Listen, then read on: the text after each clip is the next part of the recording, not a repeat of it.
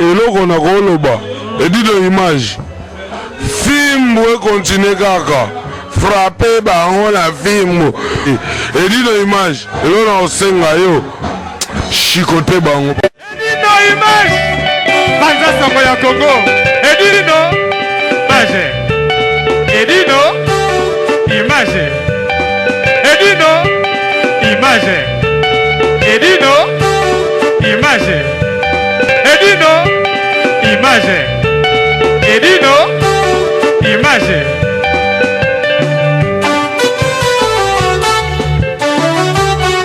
ouais. Donc Paris, Belgique, Suède, partout Allemagne. Genre c'est global et PM Express. Il y a Yemeye, Patrick Malouavengi. Délogés à Moko. Hein? Donc agence il y a fret, on a bateau, on a avion, on a Global Express. Bakifuna nyoso na lokeno na Angola. Soki na na contrat na agence minene te ekokende Patrick Malouavengi.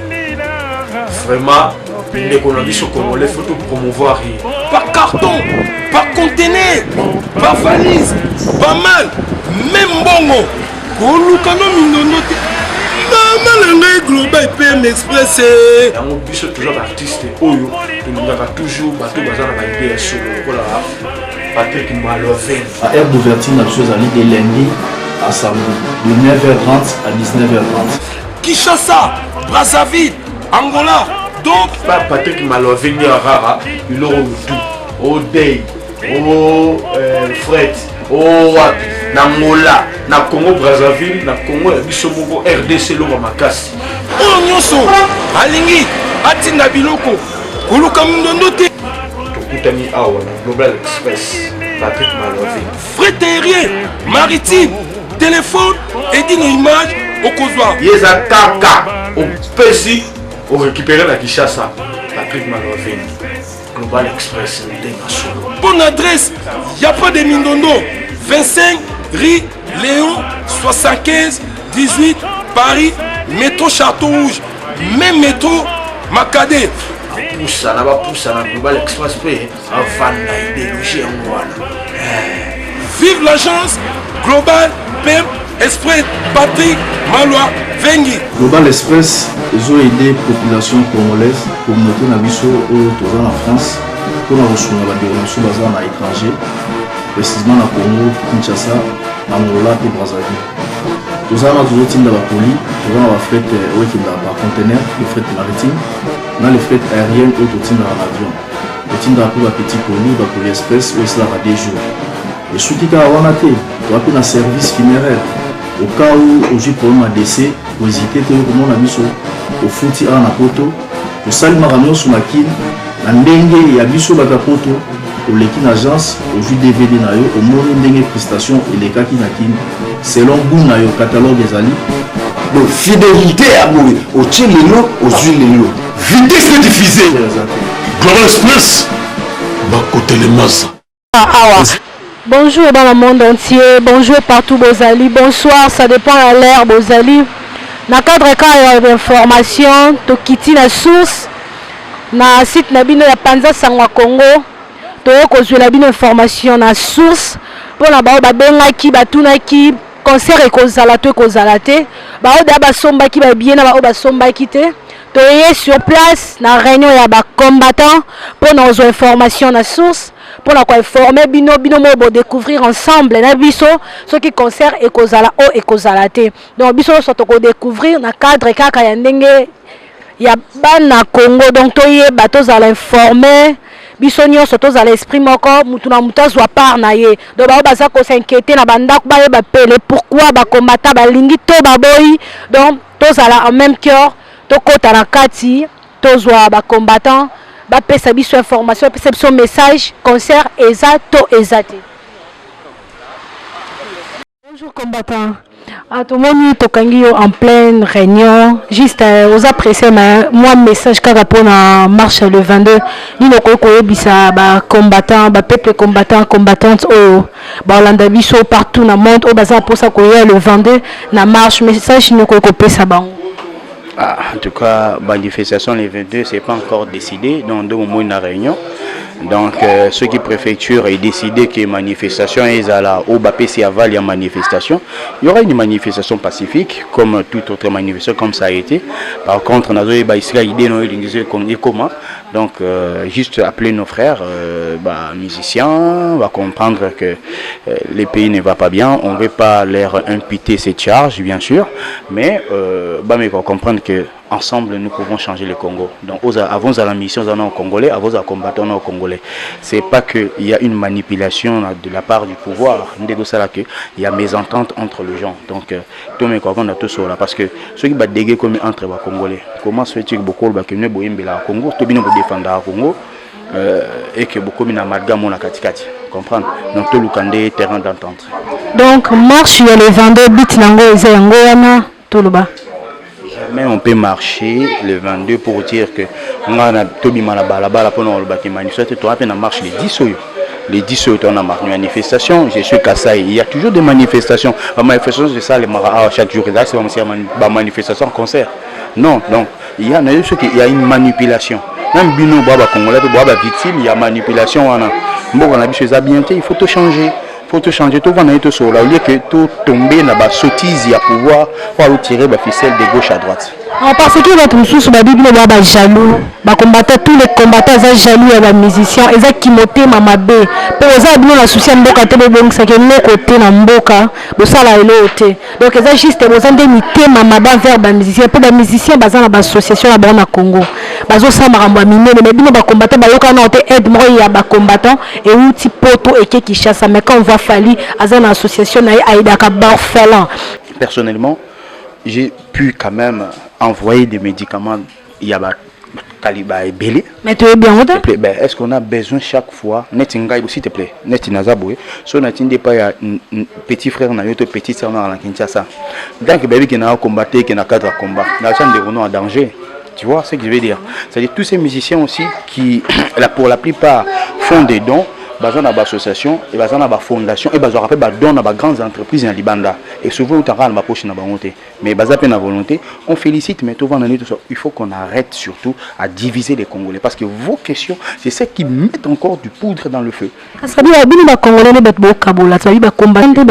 te plaît il faut juste arrêter na biloko wana faut juste arrêter ba combattants ba kabolelo monter et est-ce que tu as une petite guerre hein, il peut y avoir aussi 5-6 personnes qui se disent des combattants mais baza de connivence avec le pouvoir donc je m'hazarderai pas à relobake ba combattant vobunda ce qui mais tout côté na vidéo ya bateau bazo ça là il y a aussi donc bref j'ai même pas besoin de calculer je crois qu'on va trouver un terrain d'entente des concerts déjà je crois qu'il y aura pas. Et là, il faut qu'ils les sachent, il n'y aura pas de concert. Bon, maintenant, tout cela. Ce qui est de concert, franchement, il faut oublier. Ah, ok. C'est ça, Pepe Congolais, avec la poste. Donc, concert exaté, tout le dit combattant lobby, concert exaté. Merci, tu es pressé. Tout le monde est combattant basé, basé à la poste, le lobby, et ça, quand la 4 sala, tout en pleine réunion à 4. Ko interroger bango po ba to ba yeba si ke biloko liboso za concert et kozala te to moni ba combattant ba ye soko ko répondre peuple congolais concert et kozala ni no ko yebisa batu o déjà ba soli ba billet na ba o baza posa ba somba ba billet ni no ko maman journaliste na sepeli trop na motina otumingai concernant concert à JB Fali na héritier moi nazali contre Falité, nazali contre Elitiété. Baza bandeko na kati ya mboka, ye héritier, ye Fali Poupa. Surtout je vais parler à Fali. Pour aza star mounen na kati ya mboka na biso soi-disant. Mais Fali, faye bape pa ya outi, ne pa ya zokende. Aye bape ne bakutana na Kofi pour lelo pa comme un orchestre naï. Mais Fali bien ça problème te pourquoi bino bozo ya ça là na gouvernement te yi asala ne loko te yi aza un simple mutu lokola yo mais pourquoi bozo te le melaye na musala na ezala kwa yo beta kayu na yo osa kayu na yo mais puis pesa kayu na ye pourquoi botiki la accepter boli ko tsaki motema mabe combattre zo kotsa motema mabe na makam naï. Ah Fali wande kuna na zo biso oza mongo yangela ntando ngazali mbuza ya bumba tuna bandeko na biso ekanga Mbuza zanani, Monga zanani, Ngela Tando zanani. Naza contre yote na linga musique wana. Na so monde na salle interview, eza pona finga yote Fali. Mais nazo yebiso sincèrement, Fali na Ngela Tando. Papa Bomboko akufi. Na inventé nanga, pas za Ngela Tando te mais nabi papa Bomboko akufi na mbandaka. Yo que no betaka musique ka bongo na mbandaka Fali, okeka ko betika bongo papa Bomboko akufi. Na yebi kutimi ya mboka nanga. Fali eza liboko no mo eza pasi sikoyo liboko eza pasi okoyemba kosimba micro yango ndenge nini toyete po contre Fali te toyete contre Wera te toyete contre Kofi te toyete contre JBT mais eza ke lokola mboka eza bien te Fali abeta te wata abeta te donc jour mboka okoma bien de wata beti donc bango balobi bango na kata makambu wana eza bango baza kabila te baza kimbuta te baza soki nani te baza juste ba simple congolais lokola bino eza cop na bango ebi ke musique pe longola moi souci maman journaliste sizenga total na Côte d'Ivoire total na ba pays d'Afrique ba Youssou abundi pour le Sénégal pour la mandat kaka ba renouveler te vraiment bongo ministre Moussa neni ya kopanza sango mbonda bato bazo bango te Fali oza mungala oyebiti na mbondeza sango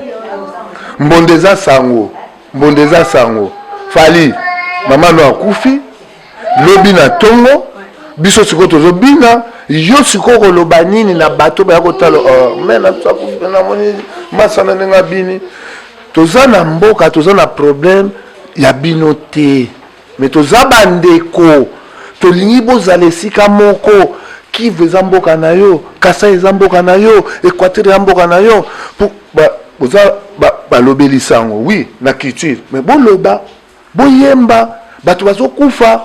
C'est comme ça qu'on transmet le message. Si ko batu ba lobby combattant bino ba combattant musana bino zaka kokanga ba musicien. Bango bazana posa ba yeba à part ba musicien musana ni ba combattant bosalaka. Musana bino ba combattant bosalaka na mboka botinda nini. Et ni déjà botinda na mboka Congo po musique fali azana association. Fali aida ba orphelin. Hérité à Kabila Rabai Chege Batuna Nzela Kabila Rabango. Et bon, bino ba combattant pas kokanga bango nini bo salaka depuis banda ba réunion na bino ba peuple congolais bino ba yokati ke combattant kangise ba kisa tindi na Congo. So bo tinda la photo mona comme tout monde ya fali la xaraye wata pa Kabila Rabatu ba Chege ba nani ba témoignera non wata boss life a Kabelenga. Bot ba moni boss life ba pesi ko kombo mene. Bo bino ba combattant jour ni toyoka combattant azumwa kisa tina kishasa po ayali ko kanga fali okuta yeba orphelin bino ba combattant musana bino eza nini ka ko kanga ba musicien. Maman journaliste deuxième question ne peut singa la souci malamu olakisa mutu ko pepa po fali ayebi na lingala na biso ya bangala ko pepa na koloba na langue musu te po mutu a contredire ngo fala kisa batu ko pepa ke ya wuti ko pepa bonga ye na mbisa zo pesanga bongo soki lobi na yebi nanga ko pepate soki lobi fali na yebi nanga ko pepate to ko kangisa mai te na tia azo tangisa bato na tangisa bango déjà zo laksa bango ko pepate ko tangisa ba orphelin ba tangisa bango futela ka bango minerve tango ba kola ba zo misala. Maman journaliste oui papa to mona ki Wera ba pesa ki est dans les États-Unis mais gouvernement mutazwa ki yango Wera lelo azana ba problème na INSF boyebi yango ba pesa ki ba don ba l'huile wana na kin Wera est-ce qu'il y a un nombre ya ba boîte ya ba l'huile wana na ba sac wana eyaki po ba pesa batu po ba lia mais ba pesa ko Wera ka 10 conteneurs mais ba conteneurs nyoso to etikala gouvernement mutazwa ki nga kabula ki mais lelo Wera azalaka na problème ya UNICEF mais Wera lobaka ngote mazana problème po zaki association azwaki duo azwaki don mondial azwaki don mondial na don mondial ti lelo bamona action na ngote esuka kaka na Gombe Wera ngana koza contre Wera ta Wera ayi wena mumbala amingie na mungala mbia ngala awosa mugimbala na munama donc ngai naza mungala mais nayebi bambala yango na souci nango na poto na baluba toza mboka moko donc ça veut dire to boy concerter Souci na bino siko ba combattant, souci na bino ba combattant eza nini? Souci na bino ba combattant eza nini? Pour na bonne héritier Fally, tous les musiciens souci na bino ba combattant eza nini? Au peuple congolais aza la posa yeba. Pour ça na bino eza nini? Maman, réponse à souka pour te lobby pétro hein. Tous les musiciens congolais zaïrois ba soutenir le combat, to libérer mboka. Fally soka linga beta banda tongo tipo quoi. Neto bina kana kanga akobeta na ye aya na komba mais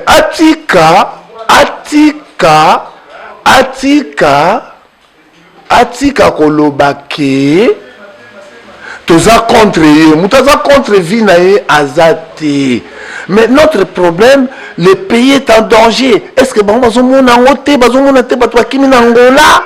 Est-ce que bakimi na Angola na invention kaka boye na kokamwa nga naza contre Fally te naza contre Kofi te naza contre Wera te mais Wera Fally akanga motema timboke robonga simanda robeta ndenge alingi alors Fally soka beti concert oyo te to libéré bena mboka Fally otika obeta sous concert na poto te soka lobby abeta concert biso tokoya kotiaka asani hein tobwaka bambongo azwa na ye ake nosalisa association wana emata naza leloko mosu akoloba na Fally te Fally aza mongala andeko na nga aza mbuza so nazoloba boye nakozwa mboka teke likolo na nga mosapi na nga eza ya ngai te mosapi eza ya ngai te nga aza contre Fally te. Maman, a patienter message au koyebisa Fally na héritier ba patienter mboke bonga ndo utakoloba mona lingala moko ya bakolo liboko moko eza na passe donc faut ebonga de maboko tout et que bien yango na bref nga na lingaka Fally na binaka musique ne meme na ndaku namonaka ete nayebi aza ndeko na nga mongo nalingaka Wera aza mumbala mpo naliaka forme bambala nalingaka Kofi asa pe ndeko na nga mongala mais naye mpo na distinction de race te mpo aza mumbala soki aza nani ngai place na koli famille na nga toyebi tovivaka na bato wana baredi banani tu nalingaka bango me mboka eza bien te balimbisa biso toza contre bango te redi Wera Kofi bamusicien bajibe toza na biso contre bino te mais boza na parole te ata Franco aza koyembela Mobutu po bino bolobaka bongo mais aya koloba na Mobutu nzala mpe eza na mboka boyebi yango na kinkole Mobutu mpe akosi biso kie ndenge bino tolobaka kaka lobi na ntongo osala fufu eyokita Fally okoyemba teke bato bazokufa na Goma Wera okoloba te bato bakufa na Goma mais basala banzembo quand même eza déjà motema mo malamu asali nzembo na ye asaleli bato bakufi na est ata kutongo baosala banzembo ya bagueur baolakisa eza déjà aza na mawa mobodo mpo asala kaka na mawa mpo yo sentir ke Wera aza na mawa to jibe to nani mpo abeta concert te ayemba te wana eza kopre atika kayu na ye te akotika kayu te kasi bino bolingi bongo susi je comprends bien te biso mpe wana poto tosala ménage bafinga biso est-ce que toboyaka bamusicien toyoka musique na bango te babi biso osukulaka bibembe ngai nakobola Wera mpo nani ata ye moto alobaki te mais ngai nakosepela na président ya orchestre ya Wera nayebaka nkombo na ekutu te peti wana nakotanga mpe nkombo na te Wera ayebi président Wera ayebi peti wana président peti wana age na nga ndenge nalia Wera ndenge na telemi na 59 ans peti wana abengaka président mais naboyi kobetela ngai etangwa aza petit moko bien avant na kopesa ye mpe valeur azala président na kati ya orchestre no Wera tala Wera osola na bacombattant ke moto ekufa oza garçon moko ya bien ocomprenant mais moyen tosala eza te mpo tozali okipe Wera oyebi yango na motema toke na toilette tozosumba bajibe bayebi makambo nyonso tu tozokipe mais occupation ya ndenge wana ata yo moko Wera ambassadeur de la paix bon sikoyo na ministre mingi eza Fally héritier nde pena base bango nde vraiment bango nde toyebi ke bon préparer concert donc eza wata eza Fally bango nde koki s'adresser na bango donc so tolandi bien po toke mona suka boze belé na kati donc en bref concert eza to eza te ne tozoloba awa eza na ndenge ya mabete eza makambo eza na mboka faut toluka tosisa makambo eza na mboka apres tokobina donc concert mpenza franchement parlant fali na ndenge na yo nazolobela mpona naliaka mbongono te mais non oza makila na nga yango wana makila na nga namoni ozolobela yango te yango nalobi concert ezala te fali tala elongi na nga bien ya na nga azalaki abe na mbandaka abe Justin Mangbaou boyebi ye botuna bata mbandaka nyonso nayebani na mbandaka naza mbuza mais nazokolela mboka na nga mpo nayebi te makanisi nini oza nango mpo lobi kolesa nga bongo soki lobi fali olelesi ngai te oui ozosalisa mpo na mboka oui mais yo poza mutu fotala ba Alpha Blondy bayemba mpo na bamboka ba Michael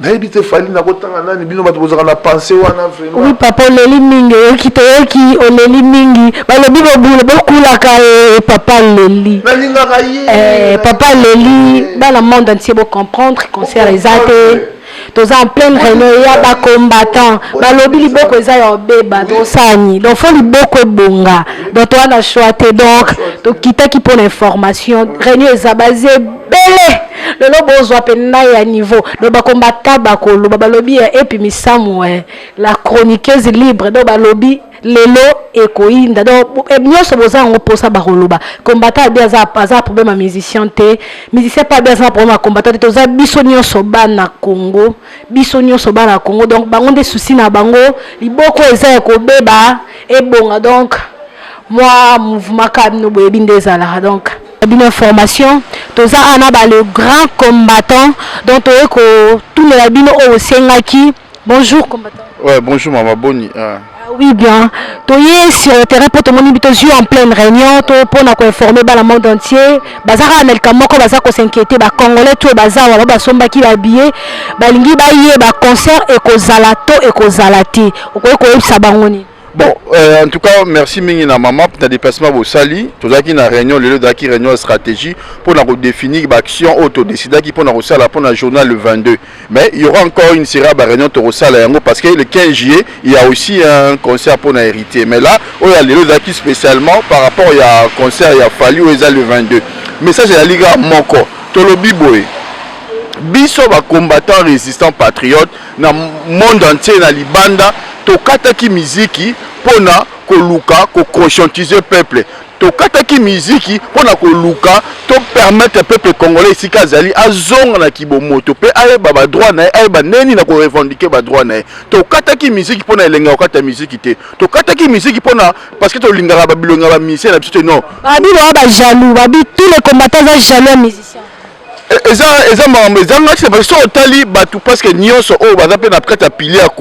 ce sont des gens qui écoutent la musique, ce sont des gens qui ont fréquenté le monde musical, ce sont des gens qui ont pas musicien. Donc, complexe, tu as un poto. Na poto la complexe, il y a une montée. La voiture, on a kin, et ça pas surtout Vandia.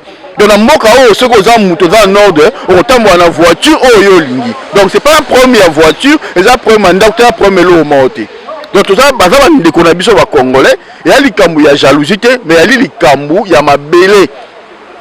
Donc on permettre te bandeko bazo kufa na Kasai, bandeko bazo kufa na Kivu na Bandundu na ba Congo, les gens souffrent, biso to ya to bina to ka musique. Donc permettre mais balobi musique eza un problème te po mutu aza un problème eza mutu aza na gouvernement yende mutu bokoki penda ko torturer po yende azoyeba te ke bato bazokufa mais musicien aza un simple mutu lokola yo lokola nga aza un simple aosala ka kayu na ye lokola yo osalaka kayu na ye mais pourquoi bino bolingi bango babeta te po musique pe quelque part okoza na problème oyoki mwa nzembu mo boye esali yo bien mais pourquoi bino botelemelaka bango po oketelemela bato baza na gouvernement bozotika bata gouvernement musicien pourquoi non maman hein?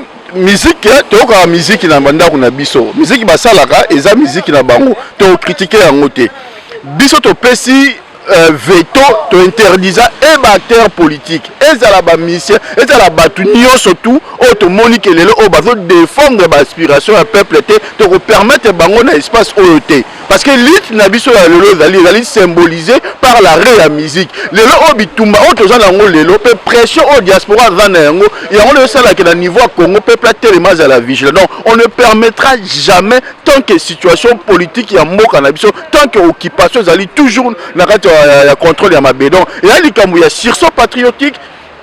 Les musiciens congolais doivent comprendre que s'ils veulent concourir na koluka solution, il y a une seule manière ya kosala ezali ba yemba ba chanson patriotique ba conscientiser ba dénoncer le mal. Nenge ba roga sali na Congo Brazzaville, nenge ba Youssou Ndour ba sala, nenge ba artiste nyonso tout ya minene na monde entier, ba Alpha Blondy ba grand tout.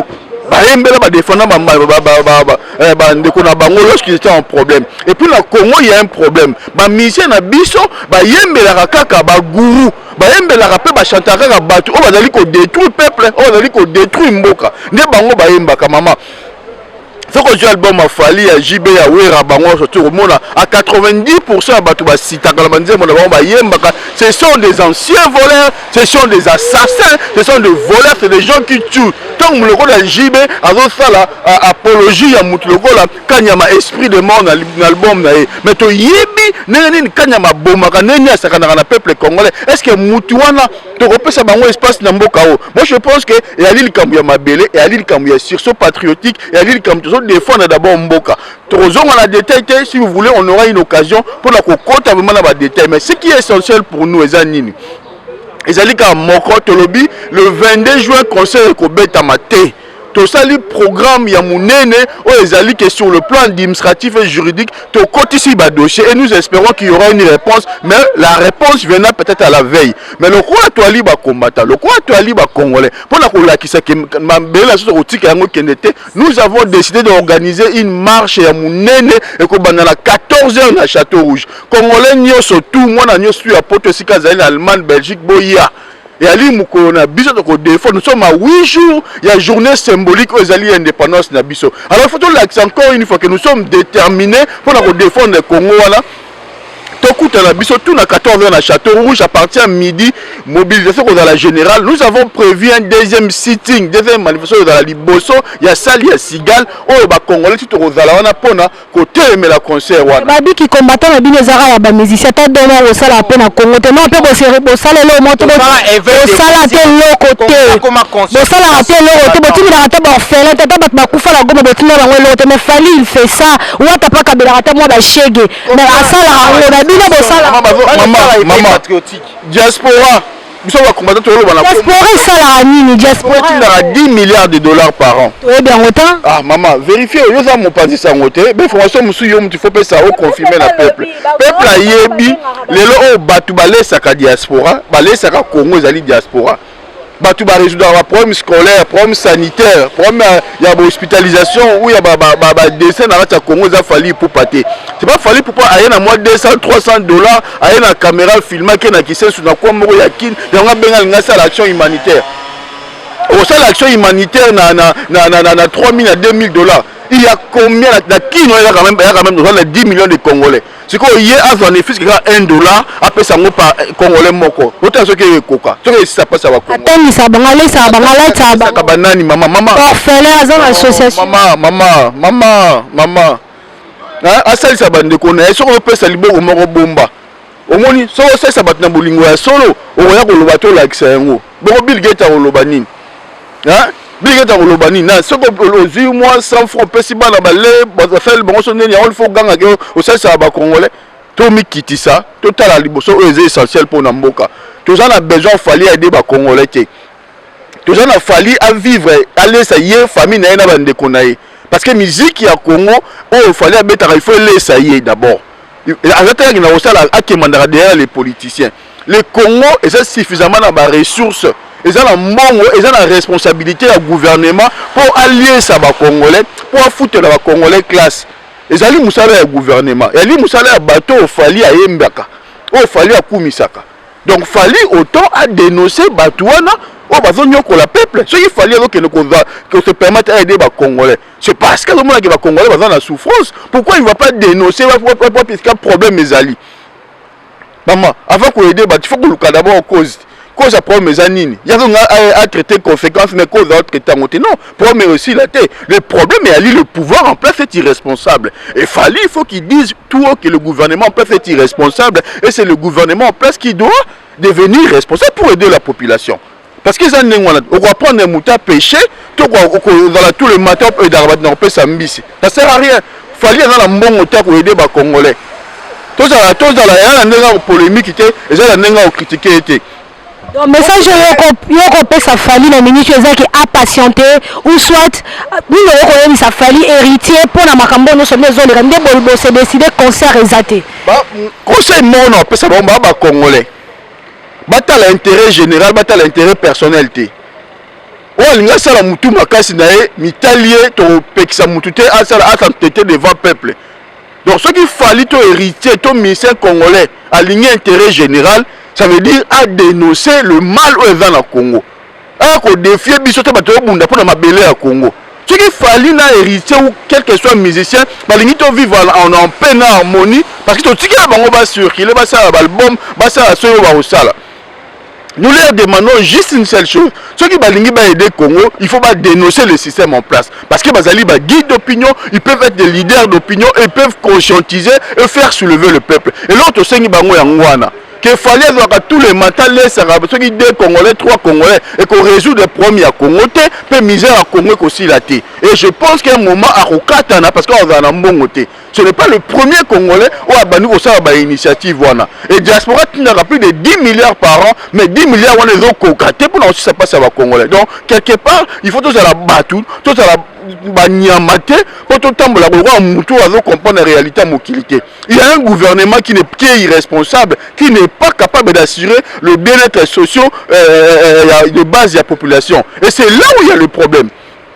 Attaquer le problème, il faut ma réponse attaquer le problème, c'est le système, c'est le gouvernement qu'il faut dénoncer, qu'il faut pousser dehors, et c'est là que tu es d'accord. Mais tant que le message n'a pas et ça dit qu'il y a embrouillé batou, il y a mekabiso, en résistance, et l'ensemble de la diaspora aujourd'hui est tranquille. Il y a une paix sociale dans la poto que diaspora n'a pas comme responsable, à comment ma formation, les gens ils vivent tranquillement. Na ba maman na ba grand ambiancière ba dio so ba lingi musique té ba lingi ba la tranquillité ba na paix ba s'occuper de la famille na bango. Alors boye la biso buzoba o toleg na ngwa musique té. Donc si tu tali pe bien musique wana so tele on ba ça la peine ba se ko ça la peine dans le bilan. Bon mo la ki musique wana et ya brutisa ka ba congolais. Et da ba congolais ne lo moté. Musique wana o ya Congo wana et baby sika ba congolais. Donc quelque part tu te dis ok, mais tu as une vérité, fierté à autour de la musique qui move quelqu'un. Parce que le message moi malonga, malonga musique on a apporté dans la Congo exaté. Donc quelque part c'était aussi un peu parce que tout bon on va voir de côté tout le solution en boka. C'est pas parce qu'on zoba ou parce que tu linga bangote. C'est parce qu'il y a une réalité, parce qu'il y a une volonté d'aider la population. Et nous pensons que de là solution il fait zoama. Donc à la calme. Bayoke la biso ba rejoindre biso na combat au Bali, ce sont nos frères Bali ba Congolais le quoi biso ba rejoindre des combats, ba rejoindre des résistances, mutna mutabunda na ba moyen na e. To rotili bango ba kende ko finga pouvoir te, mais to tindi bango ba sala ba vidéo et ils ont dénoncé difficultés sociales, ou ils ont dénoncé ba passe ya peuple congolais, ça va être déjà l'essentiel dans musa na bango. Ba rejoindre biso to ça l'effort ensemble, tout le monde peut apporter ma réponse. Nous avons besoin d'une intelligence collective, nous avons besoin d'eux parce qu'ils sont des leaders d'opinion, ils sont nos frères congolais, de tous à l'ensemble, unité l'équidon. Fali héritier, orgueil et foutaranangote, babundarana peuple te, peuple namta salibino, peuple namta olal sabino na se. Donc bozong asi mabino moko bo annuler concert na bino, bo annuler événement na bino, tous à la unité ingeta merci mingi na ndé opesinga merci le grand combattant merci bala monde entier boyoki mambora ndezo kende bino mo boyoka ngala na loko lobate bino mo botinda ki botinda ba question na bino balobi groupe Panza sango boyoki bozui ba résultat na bino na cadre kaka réunion générale les a awa tout vendredi donc tout à vendredi awa même tout le monde a poso ya réunion ko ya na yi aya on te permettre batba parce que là comme mobilisation générale même ceux qui sécurité vous répondre à vérifier mais boya en tout cas la porte est ouverte hein. Tu as besoin de conseil, tu as besoin d'expertise nabino, tu as besoin congolais, tu as repéré sa stratégie ou à mon là pour que tu luttes ensemble le 22. Donc battre sur la ligne baya mais que sécurité zali donc voilà donc sécurité aux ala. Merci dans le monde entier. Nassir deux autres musara micro na biso basé belé boloba et belé donc ba combattant les et à peine ba la réunion basé belé on nyo so bi combattant to mona combattant ba combattant nyo so boka le grand guerrier botinda ki to loba donc to zweli bin information. Merci. Ah ouais. Na compte car bana mboka le grand combattant ba combattant makasi ya mboka o. Toza bango ensemble to outil réunion et puis bana message yo pesa bana monde entier partout ce que ba congolais bazali ba combattant baza message yo pesa bino pona ba makambo bino boyebi to yoka ngo ensemble to meka ko tuna bango pour que ba yebisa biso nini oyo ba bongisi nini oyo ko ya lobi nini oyo ko sala malobi donc to yoka bango. Merci maman, message est très simple, mais aujourd'hui je ne suis pas porte-parole. Mon européen c'est biso porte-parole na lelo oyo to choisir na kata réunion ezalinde on a biso Francis. Merci, ok, bonjour. Donc peuple congolais partout ici ka bolanda biso na pesi bino mbote et puis to continuer ka ko résister, to continuer ko bunda po na mboka na biso. Donc ndenge ba ninga balobi to uti na réunion ko solo la kaka ba stratégie pour na makamamboka. Donc webi makambo le kana Paris le 22 na le 22 juin na le 15 juillet. Makamona goute tali bisote parce que ça distraction. Makam ya minene ezoleka na mboka. Bato na baye osala makam na bango pour nous distraire. Au lieu de na makambo ezoleka na mboka na biso okende kokende balkaniser, mboka ezokende mabe kabila yo sala ba référendum makam nyo so ngo sala. Ces gens ils viennent pour nous distraire. Donc to uti na réunion, to arrêter ba stratégie, to za na marche le 10 juin, to na marche na Paris. Le 22 juin, c'est un jeudi. Congolais nyo c'est sikozali, c'est un jour ouvrable. Poser journée na Yoana. Toza na marche le 22 juin. Comme batona batini bango ba ko distraire biso, ba ko kutana na ba militants, na ba résistants, na ba combattants, les vrais patriotes du peuple congolais. Donc ba ko sabinoté, on est tous unis, ba combattants nyonso tozali unis. Partout ici ka bazali ba groupe nyonso ba combattants, toza na série ya ba réunion to sala, ba nyonso ba kozala, to ko arrêter kaka mot d'ordre moko que Kabila dégage. Merci. Ok, bon moment entier na sur bo comprendre bango balobi ma concert de botuna qui donc concert bon moment entier bazana poso ba concert eza ou ezate. Concert eza kututé. Yo ndimi pena na mboka haute na minute toza na état d'urgence. Terrorisme et atteindre balba en français paroxysme nango. Donc bata kufa na Paris na salle à concert. Bata kufi na Manchester. Yo quand ici préfet o sika koti en linga ke bata kufa le 22 juin à Paris. Parce que jour wana et aux la bango ou biso. Mais il y a des autres qui sont déjà babillés na bango pourquoi ça bango. Mais il y a JPP ba sonne ba billet. Ba message JPP ba l'acte ba visa ba zoki ba ke ba zoya out. Ba sonne pe ba billet. Il a fallu ba sonne ba billet. Bon, même conseil à JPP biso peut te sonne ba billet pour to za na kati kuna. Après te connaître te se faire rembourser na ba Fnac, est-ce que to sonne ba billet? Il y a pas de problème. Soma no billet, so za na billet na OK. Ba rembourser au bon non.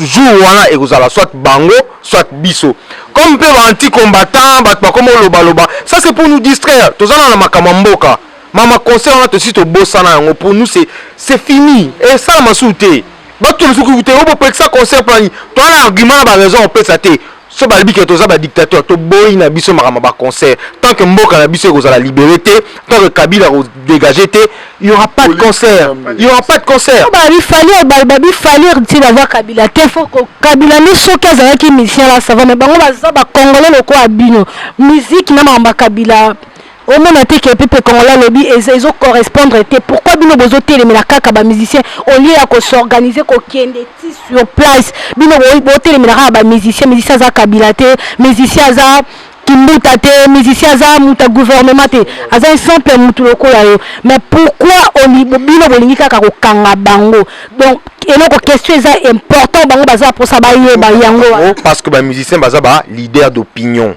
Donc tout le monde a rabattu quoi ba Yusundu ba Tikenja Fakoli baza ba leader d'opinion. So ba pesi mitindu mboka na bango population na bango ekolanda. Pourquoi toujours kanga mabango? Oh ya yembela ki Kabila te yembela Kabila te. So landi ba musicien wana na ba album na bango mona sur 20 chansons 12 14 ba yembeli famille à Sassou na Sassou Yemoko. Mais qui dit Sassou dit Kabila. Kinshasa zali Kinshasa la belle et comme Kinshasa la poubelle et Kinshasa za dépotoir moyo kana banzemo na bango o le sommet gouverneur à Kinshasa donc oye maralo Kabila te moye mara boy na mosa Kabila ils veulent nous prendre pour des cons ou quoi oye mara Kabila te moye mara gouverneur o Kabila tiki on a battre record ba gouverneur tout ça so oye mara bango donc bazala na côté à peuple wane to yoka so bazala ngambu kuna un peu dedans un peu na makamo bata un peu dedans un peu dehors bazate. Même pour nos amis combattants, soit tu es avec nous, soit tu es en abisoté. To boy ba to délavé, oh boza malamu boz té, to lingi sou ba combattant délavé té. Merci. Donc dans le monde entier pour comprendre ce qu'a souci à combattre zali ba lobby donc faut qu'il y ait un côté la mboka la biso et après tous les musiciens aux à la libre mais il y a fin balingi ba pesa biso lisusu moi mot de la fin to comprendre lisusu makambo mboka et si ka bango niveau na bango si ka souci na bango elali donc et si ka souci na bango babi bango musique eza distraction botika ko distraire bango donc to yoka message ya suka ya ba combattant oyo balingi ba isa biso Toi la réunion awa au même endroit ba combattant ba neka to tem sa ba texto to texto vendredi 9 à 17h endroit boyebi toi la réunion tous les combattants et puis tu vas concentrer car na événement moko le 22 juin. On est concentré le 22 juin. Mais en attendant, Kabila a candidaté que comme toujours l'anda ba musicien na Tinyawa que to bosanier. Toujours na Emaele. Ingeta balobi. Balobi ngala osekalanga pona na kandate bon. Ba monde entier to yaki potos information. Toyeba concert ezate. Toyeba nini oyo bango bazala ngo souci na sio toyoki. Bazala ba préparatif à ba marche ya makambo belé donc faut ba sala balobi baza mayele bon to découvrir ensemble biso so peut to éviter to yaki kato sur la bonne information na site de bolinga mingi ya Panza Sangwa Congo et bino image de grand caméraman à Paris balobi et puis misamu journaliste indépendante chroniqueuse indépendante balobi partout au besoin d'information voilà posa ba pesango bokoyi ko benga donc na cadre kaka ya bana mboka to aka la souci mboka biso nyonso donc to éviter to yaki to zu information biso nyonso to comprendre que balobi concert ezate donc tozane eloko bakisate tozane eloko salate donc totika la brancher na bandeko la biso toujours tozala attentif akolandaka bango oyo aza posa information abeti aomona balobi akocomprendre pe souci na bango tokutani à la prochaine rendez-vous tozana bino à Paris bazo sanuye ba bisenga mokonzo ba mama bakota Paris bazo sanuye mouvement za pena trote olia pena ya bien za susu bakota Paris te koleza moko na kata Ivry awa et pas ya ser na biso ba bi na restaurant ewaka ni José ba bi moi ça pembe tina mabolongo ni José le bela bango li loba moko fini mokonzo ba mama oza mi José la reine de Lyon ba bi moi ça pembe te dans restaurant oza ma casse kolia kitoko komela kitoko nga alie malangwa la na tabac donc goût babi c'est maman ewaka quoi serre ewaka na Ivry et puis la qualité c'est pas la quantité ça veut dire que ah ba bina goût on a besoin kiridate a besoin kiridate donc tabelemba ya goût ya chronique ba goût l'Afrique ko lia le boulot za matonge mais on a poto comprendre donc so la reine Michosa confirmé donc na les bien na mili bien na la chez Waka chez Jeannette nganda sans polémique soye olia bilo nyon sa mokili o Afrique olinga. Si vous avez envie de manger les plats africains, je vous invite à venir manger chez Maman Jeannette, Maman Waka, la femme la plus belle, la femme qui est gentille et propre. Elle est très accueillante, c'est une belle femme. Ça, je vous confirme. Ah, penza so boye, boko sepela. Ah, tozanga elorote. Eloro nyonso olumorolia ezali. Olingi pondu poma za muluba la mingi pondu. donc pondo ezalaka te olingi makelele mpe okolia yango donc nyonso ezali donc boye ebele bokosepela bafi ya bien mpe bazali. Et j'ai beaucoup de respect parce que ce restaurant est un beau restaurant où le milieu est convivial. Donc j'invite tout le monde à venir ici chez Mama Iwaka. C'est un restaurant où on boit, on mange et la cuisine est bien faite et bien cuisinée. Donc on le suit par rapport à sa bouffe, voilà, l'accueil au fait, voilà. Vous savez, je connais, ça fait, je sais pas, ça fait 10 ans, je connais. Donc on est là pour... Oui, Ngaï Jeannette, comme on a Jeannette, Wakeza Combo restaurant. Donc Nazana Ivry, Binomo Bomoni, cadre propre, donc Bolembisi, donc Mbisi Kitoko, Bilonyo Stuki. Et Bella Tinamikua. Voilà, donc et puis c'est Kotarapena Tinamikua. Donc voilà, ngama katika na Olamba. Pas ser na biso Jeannette waka babi kolia kitoko makaya. Oh my, angwande tinga lula langa malangwa mena lia ba malangwa me. Et puis c'est kota makamba bono na mona te tina kuta obatata suka. Donc vraiment kolia kitoko komela kitoko. Babo yepe. So mona basa kitoko yawa ngomona bavwejo yawa donc seri waka simbigwa. Dans les bons